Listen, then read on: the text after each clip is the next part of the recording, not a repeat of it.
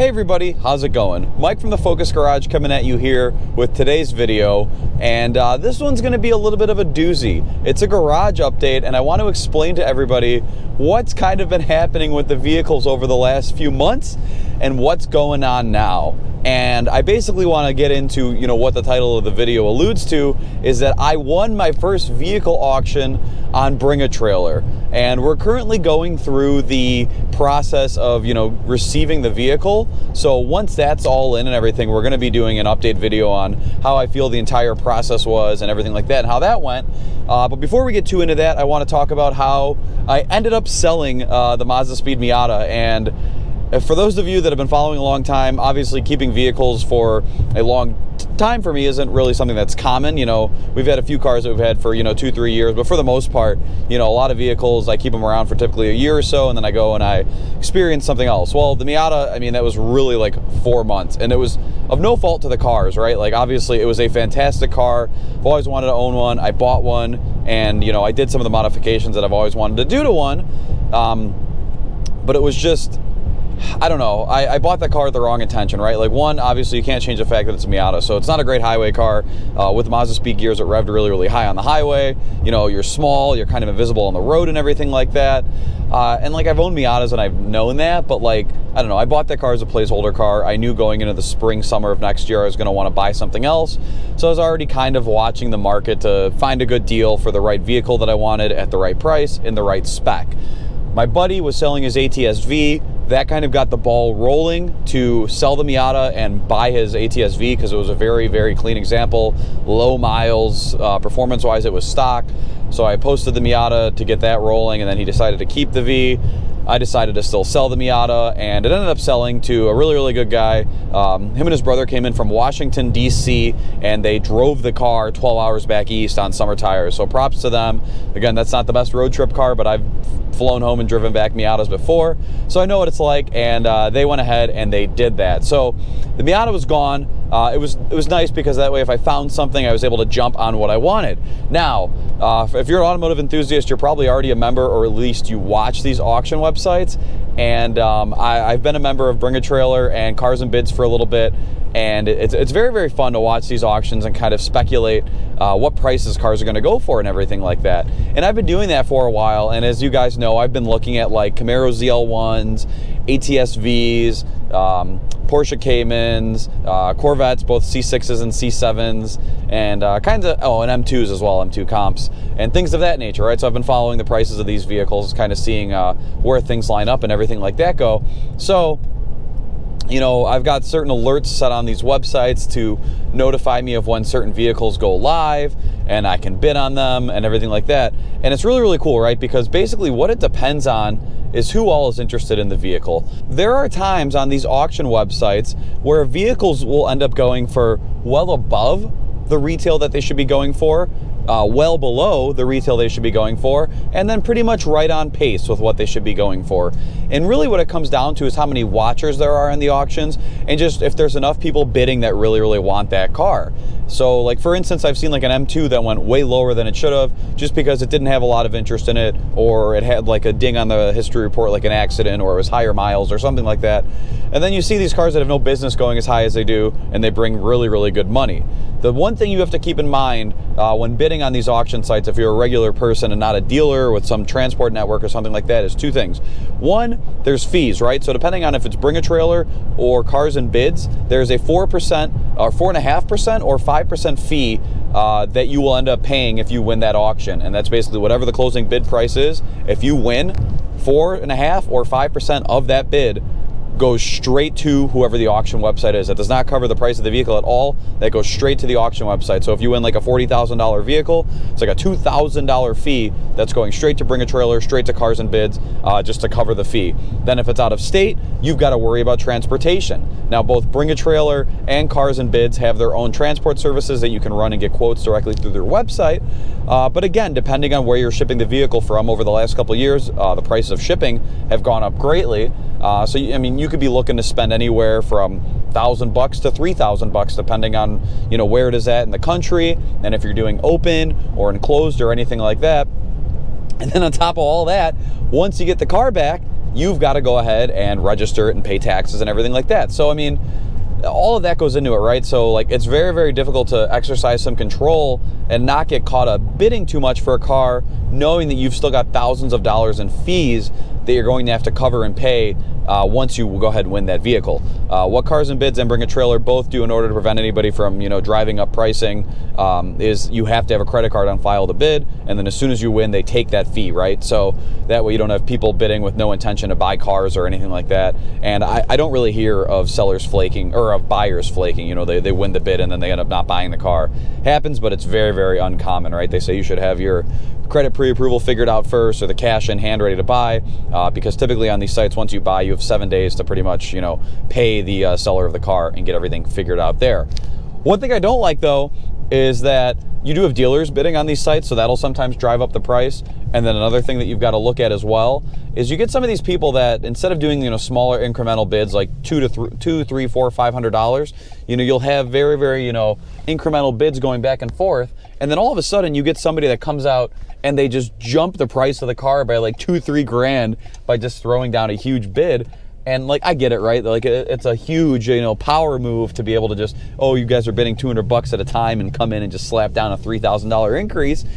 But if that ends up being the high bid, you might have been able to win that car for, a much lower price, and now you've just paid more. But I guess it's one of those things, right? Instead of, wasting time with the smaller bids going back and forth, you just bid that higher one, whatever it is that you're comfortable paying with, and you're good to go. So I don't know, that's something to watch for. I've been watching quite a lot of these auctions over the last, month or two here, and that's kind of just been my speculation with it. So the way it works too is when you're coming close to winning a vehicle, or when the auction's coming close to ending rather, every time a bid is placed within 59 seconds or less left in the auction, it adds 2 minutes to make sure that anybody that's watching that auction has time to get their bid in and bid on it there. So they do discourage from bidding like at the last second because, there is delays and things like that, so you might miss out that way. So it's just something to watch out for there as you're getting close to the end. So, you think you win it, you're the high bid, there's like 10 seconds left, and then bam, it adds another 2 minutes, and then you bid again and you wait. And it's anxiety, but man, is it fun and exciting too, right? Like, I've been bidding on these vehicles. I've bid on both sites a little bit, and it's really, really cool when you think you're going to win, and then somebody else comes in with a higher bid, and then you got to outbid them or decide if it's really worth it to you. And man, it's an experience. And I'm really, really excited to say that I was able to win a vehicle on one of these sites. And once I get the vehicle and I tell you what I paid and I show you the car and everything like that, I feel that I got a pretty good deal even once I get it back here after all of my costs, just because I've been watching the market on these for a while, and I feel like if I were to buy one of these directly at a dealership, the title before title tax and fees and everything like that is way higher than what I'm paying even all in. So as long as the car is described, I should be in pretty good shape. And that's something that's really nice about these auction sites as well, is I've bought vehicles from out of state before that I've found on Craigslist or Facebook Marketplace, and you don't really know what you're getting, right? Sure, you could do like a pre-purchase inspection, or you fly out there and really thoroughly inspect the car, but before you go out there and see in person, you don't really know, right? And with these auction websites, a lot of the listings include like a pre-purchase inspection from Lemon Squad, where they go out there and they photograph the car in detail and note any kind of problems or issues with the car. Or, you have professional photographers hired and just very, very detailed photos. So like, you get a very clear and comprehensive understanding and idea of what it is that you're bidding on, right? There shouldn't be that many nasty surprises or things with the car, because these auction sites make it so the sellers have to jump through quite a few hoops too to get their car posted, to make sure that they're not posting garbage and passing like a car with issues on to somebody else, right? There's a little bit more accountability, I guess you could say, that's held to when you're posting on these sites, to make sure that you're not just putting garbage out there on the internet. There's review systems and things like that. So like, if you get a car and it's got a check engine light on and the seller didn't notate that, there's some accountability there, right? And like, you'd hope that in the worst case scenario, you could work with Bring a Trailer to see if you can work to some kind of resolution. So I won't lie, I've bought cars out of state before, and this mentally so far is the most comfort that I've had purchasing a vehicle out of state, just with the level of detail that I was able to see the vehicle in, even though it's states away from me, right? So at the time of filming this video, my car is scheduled to get picked up tomorrow, and shipped to me. Once it gets picked up by the driver, they're estimating 4 to 8 days for it to get to me. I chose a company, and again, I'll go through the names of the company in the next video. I chose a company that's going to be able to have live tracking on the vehicle so I can see where it is, and it's insured, you know, up to $1 million on the truck, so like everything there is covered. I won't have to worry about it. I ran a quote through a website called Shipley, and I got like 50 emails from all these shipping brokers, right? Like Shipley is the broker, and they you know, basically they sell your information on what you're trying to get. And I had quotes like as cheap as like $700 to as expensive as like $5,000, right? So it's like you're getting everything from a guy with a fifth wheel and a pickup truck to like a fully enclosed Lamborghini transportation service. So shipping, that was an interesting thing. Definitely tried a few websites, tried brokers, tried direct companies. I ended up not going with the Bring a Trailer option itself, just because that was a little bit on the higher side to what I was seeing compared to other options out there. So we'll see what I get. We'll make sure that the car comes in hopefully unscathed from this shipper and everything is good there.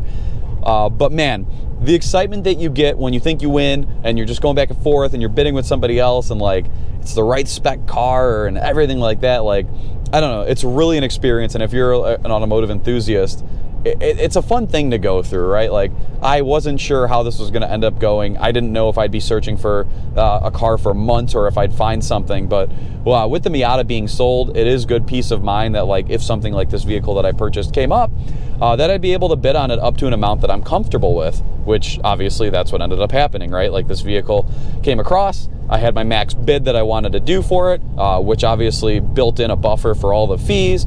And if it went higher than that, you know, I'm out, right? You don't want to get too emotionally charged when bidding on these vehicles, because it's really, really easy to end up overpaying by thousands just because you get possessive and you want to win that bid. And I tried really, really hard to not be that guy, because I knew that this particular vehicle wasn't close to me. I was going to have to either fly out there and drive it home or, you know, have it shipped back to me and everything like that. Plus the fee, yada, yada, yada. It builds up quickly, right? It's not just as easy to be like, oh, I won, you know, that's it.